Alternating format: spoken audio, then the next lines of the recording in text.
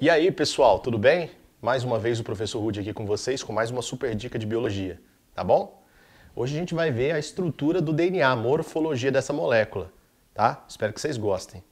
Galera, o modelo de representação que a gente usa nos dias de hoje foi proposto em 1953, né? Por dois grandes gênios da ciência, James Watson e Francis Crick. O modelo de representação do nosso DNA ele ficou conhecido como o modelo da dupla hélice, tá? Ó, fica a dica, sempre que você lê a palavra hélice num texto de biologia, quer dizer espiral, tá? Esse modelo, ele mostra o seguinte, a nossa molécula de DNA é formada por duas fitas polinucleotídicas unidas entre si quimicamente. Isso mesmo, dá uma olhada. Eu uso o termo fita porque as cadeias polinucleotídicas são representadas aqui ó, por linhas bem fininhas mesmo, tá vendo aqui? Essas linhas bem fininhas, elas vão se enrolar entre si, formando duas espirais, que a gente chama de dupla hélice, e elas vão ser unidas entre si quimicamente. Eu vou te mostrar como isso é feito, beleza? Show de bola. Para ficar mais fácil você entender, ó, o professor deu um zoom aqui para você e colocou aqui alguns nucleotídeos em evidências. Lembra que os nucleotídeos são os bloquinhos químicos que montam essa molécula que a gente chama de DNA ou ácido desoxirribonucleico. Dá uma olhada para você ver. Aqui ó, você tem os nucleotídeos representando uma fita e aqui os nucleotídeos representando outra. Uma coisa interessante da gente já perceber é que os nucleotídeos eles vão se unir para montar as fitas. Esta união ela é feita pelos fosfatos dos nucleotídeos. Uma coisa que a gente chama de ligação fosfodiéster. Vamos colocar aqui ó, para você não esquecer. Ó, ligação fosfodiéster.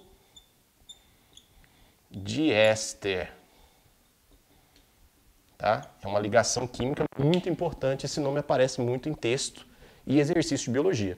Saca só, galera, a ligação fosfodiéster ela sempre vai acontecer entre o carbono 3 de uma pentose de um nucleotídeo e o carbono 5 de outra pentose de outro nucleotídeo. Como assim, professor? Me explica direito. Vamos usar esse nucleotídeo como exemplo. Ó, aqui eu tenho o carbono 1, lembra que a gente usa apóstrofo, né?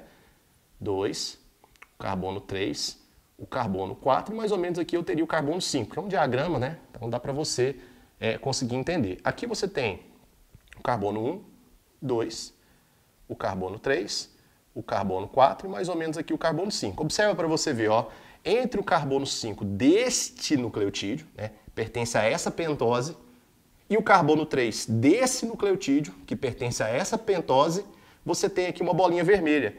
Essa bolinha vermelha está representando aqui para nós o grupo fosfato. Vou até colocar um P ali para você não esquecer. Ou seja, o grupamento fosfato, ele uniu esse nucleotídeo a esse. Onde? Entre o carbono 5 e o carbono 3. Se a gente continuar subindo, olha só, entre esse carbono 5 aqui e o carbono 3 do nucleotídeo de cima, eu vou ter um P aqui representando o grupo fosfato. Se a gente descer entre esse carbono 3 e o carbono 5 do nucleotídeo vai estar aqui embaixo, eu vou ter aqui, olha só, um fosfato. Então o fosfato, através das ligações fosfodiéster, juntam os nucleotídeos, ligam um nucleotídeo a outro, montando uma cadeia polinucleotídica. Essa cadeia polinucleotídica é bem fininha. E aí é comum a gente chamar ela de fita polinucleotídica ou simplesmente fita nucleotídica. Na molécula de DNA são duas fitas. E olha que bacana. Uma fita tem um sentido, tá? E a outra tem um sentido, olha só, oposto, sentido que a gente chama de antiparalelismo. Enquanto uma vai no sentido, a outra vai no sentido contrário. Isso é uma característica da molécula. Não tem que se preocupar com isso, tá? Você só tem que lembrar que é uma disposição antiparalela, como se fosse uma avenida. Uma rua vai, a outra vem. Observa aqui para você ver que eu coloquei os nucleotídeos apontando para essa direção. E aí funciona do mesmo jeito. Olha só, entre o carbono 5 desse nucleotídeo e o carbono 3 desse nucleotídeo, eu vou ter aqui ó, um fosfato mantendo a ligação química, montando a fita nucleotídica. Do mesmo jeito aqui, ó. Olha que legal. A gente pode até ir até as pontas. Se a gente chegar até as pontas, a gente vai perceber o seguinte. Lá na pontinha, no final da molécula, eu vou ter um carbono 5, né, para fazer uma ligação em cima, e aqui eu vou ter um carbono 3, olha só. Ou seja, o sentido dessa fita é de 3 para 5. E aqui, olha só, vai ser o contrário. Porque é o sentido antiparalelo. De 5, aqui vai ser o quê? 3. Olha que legal, gente. Agora, olha que loucura. Para essas fitas se manterem unidas quimicamente, elas montam entre si as famosas ligações de hidrogênio. E essas ligações de hidrogênio, elas são construídas por essas estruturas aqui que eu coloquei de azul. Lembra? Essas estruturas são as bases nitrogenadas. Eu até dei uma dica para vocês numa aula anterior. Quando você visualizar duas caixinhas, é uma base púrica. Quando você visualiza uma caixinha, é uma base pirimídica, tá? Vamos imaginar, pessoal, que esta base aqui seja a adenina, tá? A adenina sempre forma pontes ou ligações de hidrogênio com a timina, beleza? Quantas pontes, professor? Duas apenas. Duas pontes que eu estou marcando aqui com dois traços vermelhos, beleza? Vamos imaginar que aqui, ó, seja a citosina, ok? A citosina, ela sempre forma pontes com a guanina. Como assim pontes, professor? São ligações químicas. Ó, 3 ligações químicas. Belezinha? Então, entre A e T, você tem duas pontes de hidrogênio, mantendo uma fita nucleotídica ligada à outra. E entre C e G, você tem 3 pontes. Então, aqui eu tenho duas pontes, e aqui eu tenho quantas? 3. Tem até um macete para vocês não esquecerem isso aqui, ó. Vou colocar aqui, ó, macete. Esse macete, ele é assim, ó. Vamos ver se vocês gostam. Água tônica,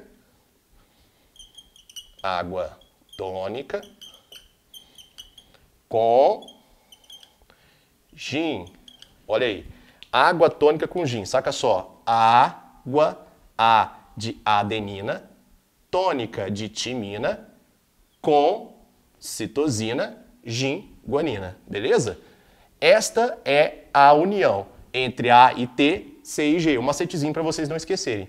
Isso que a gente acabou de fazer brincando aqui, de forma bem rápida, é o que nós chamamos na biologia de pares ordenados, tá? É uma regra.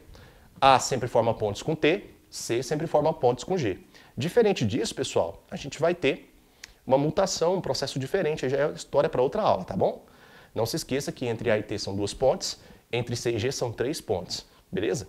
Agora, para a gente completar aqui, ó, a caracterização da molécula, dá uma lida nisso aqui para mim. A proporção das bases nitrogenadas tende a 1. Isso aqui é uma coisa que a gente chama de proporção de Chargaff. A proporção de Chargaff, ela afirma o seguinte, ó, A está para T, assim como C está para G, e tudo isso aqui vale o quê? Vale 1. Ou seja, você tem sempre que ter uma equidade entre as bases nitrogenadas. A mesma quantidade de adenina você tem que ter de timina. A mesma quantidade de citosina você tem que ter de guanina, né? Para você conseguir realizar a proporção, bater 1 ou 100%. Beleza? Gente, eu vou ficando por aqui, espero que vocês tenham entendido, né? A caracterização, a morfologia. Lembra sempre que esse é o modelo proposto da dupla hélice, o modelo que foi proposto lá por Watson e Crick em 1953, faz pouco tempo, né? E está aí até hoje se mostrando fiel e verdadeiro. Tchau, galera!